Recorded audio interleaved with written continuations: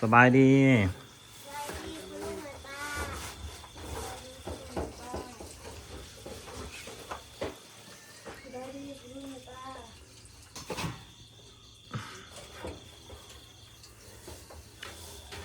ตุนนี่เต็มสาวเลยเซะ อ๋อเซะแฮปปี้สบายดีพี่น้องแม่สื่ออุ่นต้องแจ้งไว้ว่า FC ที่เขามาติดตามใหม่ยังทันหูเรื่องหูราวยังเนาะเขาทำมันเรียบร้อยเลยเด้อพี่น้องเมื่อกี้น่ะก็ไล่สด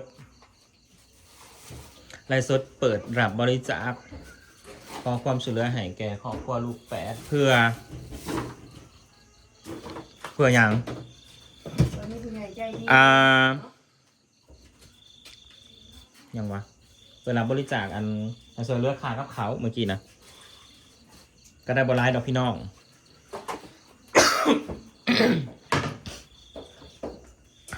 ก็ได้ปลาทูกับเครื่องใส่แล้วพวกสบู่ยาสระผมเอาไปให้ชีวิตเข้ากันอย่างที่เห็นนั่นแหละหลายคนก็ยังย้อนไปในอดีตอยู่เนาะว่า 2-3 ปีที่แล้วเด้3 ปีบอก ตอนนี้มันกำลังจืดๆเนาะยังย้อนไปอดีตว่าเงินได้ไปตั้งเยอะครับไปเห็นยังพี่น้องเงินนะตั้ง2-3 ปีเงินบ่หอนแซนเนาะกับ2-3 ปีก็ไปเห็นเพื่อนเขาเด้ก็ใส่กระจายแหละแม่นบ่อุ่นบ่ได้เอาไปทางอื่นจักดีเลยแม่นบ่ซื้อให้ลูกกินก็บ่ค่อยซื้อซ้ำอย่าบ่มันเค็มไหมอย่าใส่แต่เป็นวันนึงกระทุ่มมันก็เค็มนี่แหละใส่บางนวดกับรสดีค่ะน้อยหนึ่ง เอานะเอาจองมาคนเอาจองคนแต่ลูกเข้ากาสะอาดพี่น้องดูดีอยู่มันเริ่มใหญ่แล้วมันก็ไปบอมแมมคือเก่าเอาจองแล้วมาคนคนไปยังมาทันหิวไปได้ตีของห่างก็กินหิวก็จังกินให้มันอิ่มรสบานี้นะค่ะผู้ใหญ่ใจดีเพิ่นสิมาเซอร์ไพรส์เดี๋ยวเขาจะเอา1 ลูกสิ้นมาให้ก็บอกลูกซ้อนลูกแหละว่าเฮาบ่มีเฮาสิไปอยากกินคือเขามันบ่ได้เป็นไปบ่ได้มีก็เลยกินสำนันมีสำนันก็กินสำนันบอกลูกซ้อนลูกขนมก็บ่ได้ได้เด็กน้อยนะมันสิบ่ฮู้เรื่องได้อุ่นแต่อีตัวนี้เนี่ยมันสิฮู้เรื่องเพราะว่ามันใหญ่แล้ว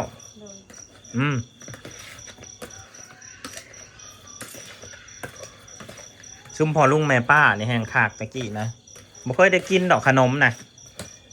บอกตรงๆบ่เคยว่าสิมีผู้ใดมาซื้อให้กินจนใหญ่จนไปทำงานเองได้จึงได้กินพอถึงเวลาอันเฮาสามารถกินได้แล้วเฮาก็บ่อยากเลยเด้มันผ่านเวลาช่วงนั้นไปเลยเฮาใหญ่แล้วแต่ยังน้อยนี่ก็บ่ได้ขึ้นอยากเด้ขนมน่ะมีแต่ว่าบ่ได้ขึ้นอยากเฮาเบิ่งสภาพการเป็นอยู่ของพ่อของแม่เฮาว่ามันเป็นจังได๋เนี่ยมันถูกมันยากมันบ่มีคู่หมู่เด้เฮาก็ทำใจได้ เขาเข้ามาดูค่ะแม่เทนเข้ามาหยั่วอยู่นี่สิเบิ่งบ่ให้มันมานี่เนี่ยมันออกกล้องนี่นะบอกเอาซ้อนเอาข้าวบ่มีได้กินปลาทูอยู่บ้านนะบ่ค่อยได้กินปลาทูเลยเสือเพราะว่ามันบ่มีบ่อนซื้อบ่มีเงินพร้อมบ่อนซื้อนี่ลุงว่ามีอยู่มันก็อยู่แถวหมู่บ้านน่ะเนาะน่าสิมีดอกเนาะเขาขายอ่ะนะบ้านนี่ยังเกาะบ้านหน้าตังโตนอกนะเป็นบ่ที่เลี้ยวเข้าไปหันนาซิมีเอาลุงอ่ะพวกปลาทูนี่นาซิมีอยู่มันก็บ่มีเงินซื้อมันก็บ่พอที่ซื้อดอกมีเงินก็เก็บไว้ใส่อย่างอื่นที่มันจำเป็นพอลูกแปดบ่ได้เล่นยาติอย่าไปหาเหตุ จะไปหาสูบมาได้ โอ้ยเราอ่ะคนว่าคันบ่ไว้เล่คนกะสิได้ไปเฮ็ดงานมีเลี้ยงสิป้าให้เป็นลูกแม่ดีเพื่อนเพราะว่านี่คุณลุงบอกว่าไว้เปลี่ยนยามบ่แต่ว่าละหน่อย สบายดีนะตาบลูก ใจดีได้มาบ่รู้ว่าว่า โอ้ตอนแรกว่ามันสิไปอันเวียงแล้ว โดยแม่น กิน แล้ว น้ำก็ ไปเปิดกินอยู่อันโหลดจังไปด้วยลูกลูกว่าลูกก็พากันให้ว่ากันไปหาคุณลุงสิได้กินนำแม่ว่าร้านตอบว่าโดยว่าของพ่อสิไปเลี้ยงเด้มันสิไปเฮ็ดงานมันมียังมาหาเงินพอได้เลี้ยงเขาซื้อเขาวให้ลูกกินเด้ขณะป้าให้แต่แม่ของลูกอยู่ไปแต่ อยู่บ่ได้ดอก อยู่บ่ได้มาดูพอลูกแปะมันว่ามันจะไปทำงานอยู่เวียงสิปาให้เมียกับลูกนี่อยู่ ก็เลยถักมาหาลุงเขากระลั่นไปว่าบ่ได้อยากมายามบ่เขาก็บอกอย่างสี่แต่ที่จริงน่ะใจเขาอยากมายามเนี่ยเขาขังบอกกล้าเขาเลยลั่นไปว่าบ่อยากมายามบ่ว่าเอาไปหันแหละ โดย แล้วอยากไปหันแล้วสารตัวเขาก็เลยดีใจสักก็เลยพากันหาย ดีใจจนหาย เว้นจากกรรมจากบุญจังยังแล้วเขาก็ได้เกี่ยวจ่องมาหากันเนาะกับโมโหคือกันเอาไปไหว้ได้ลูก เห็นนะ แปรงสีฟันเอาไปไหว้เด้อ2 4 6โอ้ยเอาไปกินน้ำเนาะ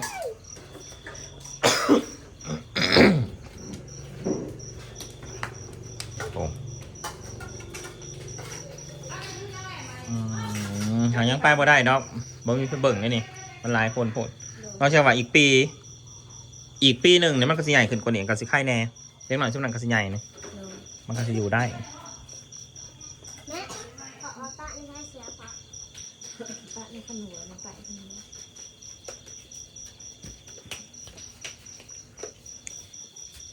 เฮาล้างจานให้ป้าแล้วเฮา ให้เจอผู้ให้มาแม่เจอผู้ให้ เฮาก็อยากเห็นนั่นแหละว่ามันสิเป็นจังใดเด้เพราะว่าบ่ได้เฮ็ดหลายปี บ่ได้เฮ็ด2 ปีแล้วเฮาก็จะเห็นมันว่ามันสิเป็นจังใดเฮาก็อนุญาตให้มาแต่ว่าเฮายื่นคำขาดไปแล้วว่าเฮาบ่ได้ให้มาหลายมื้อว่านะเราบ่ได้ให้มาอยู่หลายมื้อ แม่เจอผู้ให้มาแม่ ป้าไว้เท่านี้ อยู่แล้วมือจะมาติดต่อได้เนาะ อยู่ลายมือมันก็สิดื้อปกติอะไรเล็กน้อยก็ได้ก็มีอย่างอาหารการกินนะก็สิบไหว้สูบไหว้กับสูไปฮะแหละเห็นได้สนะ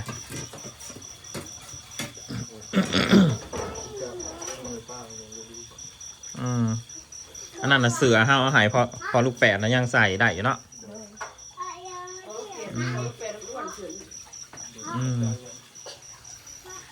แต่มิดนะว่าสิไปทำงานอยู่เวียงสันบ่ โดย ไปเหตุงานหยังเกาะไปเวียกหยังหักสิไปก่อน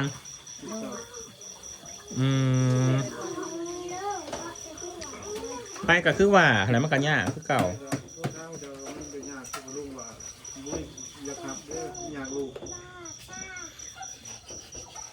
แม่นขั้นสิไปเบิร์ดนี่บ่ได้บ่ได้อันนี้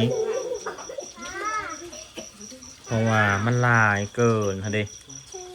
จักสิไปอยู่จังได้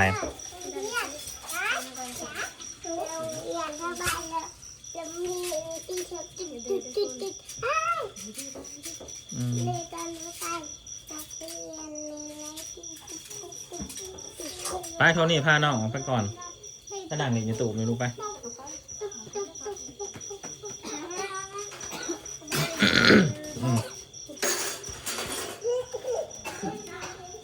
ยุ่งอ่ะ นั่นก็ปกติ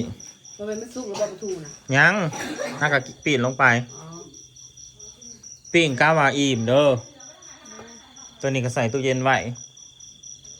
ปิ้งอีกสูตรหนึ่งกับพ่อดอกกระอิ่มน้องยอมกินบอกลูกซ้อนลูกฮะแหละกูเป็นพ่อกับกูเป็นแม่ ห้ามบ่มีคือคนอื่น พออดแล้วก็อดเขาก็เคยหายแอวจากได้นั่นจากได้นี่บ่ เขาบ บ่เคยเห็นพ่อแม่บ่มีแล้วก็บ่เอา อะไรบอกเขาจะกินหยังก็ให้อด แต่ผู้ เฮาบ่มีคือคนอื่นเฮาต้องอดกว่าคนอื่นหลายเท่าเด้ ไว้ไปโรงเรียนก็บ่ได้ชื่อหยังไปอยู่เฮือนเพิ่นได้พักกินน้ำเพิ่นอาทิตย์ บ่ได้ เช้า ผูก แต่ก็ย่าง เปิดไฟดอกนี่นะเปิดอีกเอาเข่าสั่นตัวนี้นะสั่นตัวนี้ย่อเข่าก่อน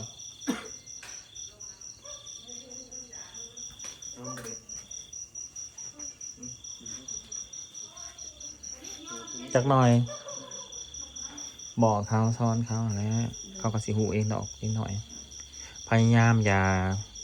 ถ้าเฮาบ่มีแล้วอย่าให้มันกินว่าซั่นซะเรื่องขนมนั่น โดย ถ้าเฮาบ่มีนะถ้ามันกินแล้วมันสิซีดมันสิเคย คือมาจังซี่นะต้องบอกมันต้องสอนมัน เวลามาจังซี่นะมีป้ามีลุงมีผู้ใหญ่ใจดีซอยเฮาจังมีกิน โดย ทันเด้เมื่อเฮาก็ต้องอดคือเก่า โดย เฮาก็ต้องสู้บ่มีกินเฮาก็ต้องอดบ่แม่นสิเอามาอยู่นี่ได้กินดีแล้วเมื่อพุ่นอยากกินดีบ่ได้ โดย มันคนละแบบกัน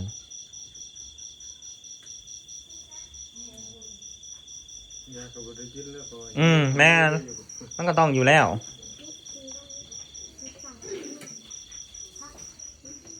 ซ่องยายเงิงมาแล้วยายเงิงสิมาเอาไปนอนน้ำ8 คนสบอ เอาลูกศิษย์แล้วไหวเพิ่นพี่น้อง โอ้ย เลย กูก็เลยสิเอาเขาไปนอนน คนละลาย อันหนึ่งศิษย์แล้วไหวเพิ่น ำปิ่งปลาทูกับตำมะครัว มายุกิ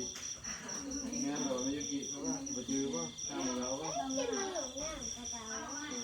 ช่วยบางนายแฮปปี้มันว่าเฮาลืมงามกว่าเก่าสันแม่ยุกินะโอ้ยอีแฮปปี้อีเฮาเนาะนะนี่ จะทักว่าดี เนี่ยช่วย ใหญ่สวัสดีล่ะ ใช่แล้วเรา อยู่นี่ ยังไปบ่ได้เราไปทำงานนะไปเพื่อไปสิเบิงลูกอันนี้ในสูตรแล้วมียังเห็ดละเห็ดไปรถน้ำหมู่บ้านนะเด้บ้านไกลๆนะขอไปน้ำหมูบ่มีรถกันแม่นแล้ววะหาเห็นงานก่อสร้างนั่นแหละสิบ่มีบ่ไปหิวปูนน้ำเขาสิบ่ได้บ่หาซอกเอาแบบนั้นแล้วผู้พ่อเนี่ยไป กระซังก็มีโดนมีแต่นึง หึ โดนมีแต่นึง มันกันดานพี่น้องเอ้ยมาโดนมันมีเธอหนึ่งกันดานแล้วมันบ่มีแบบก่อสร้างมันบ่ได้ดูคือกันมันบ่มีหลายคือแถวเฮาน่ะคนเขามีเงินแน่เขาก็เฮ็ดเขาก็สร้างเฮ็ดนั่นเฮ็ดนี่เฮ็ดดี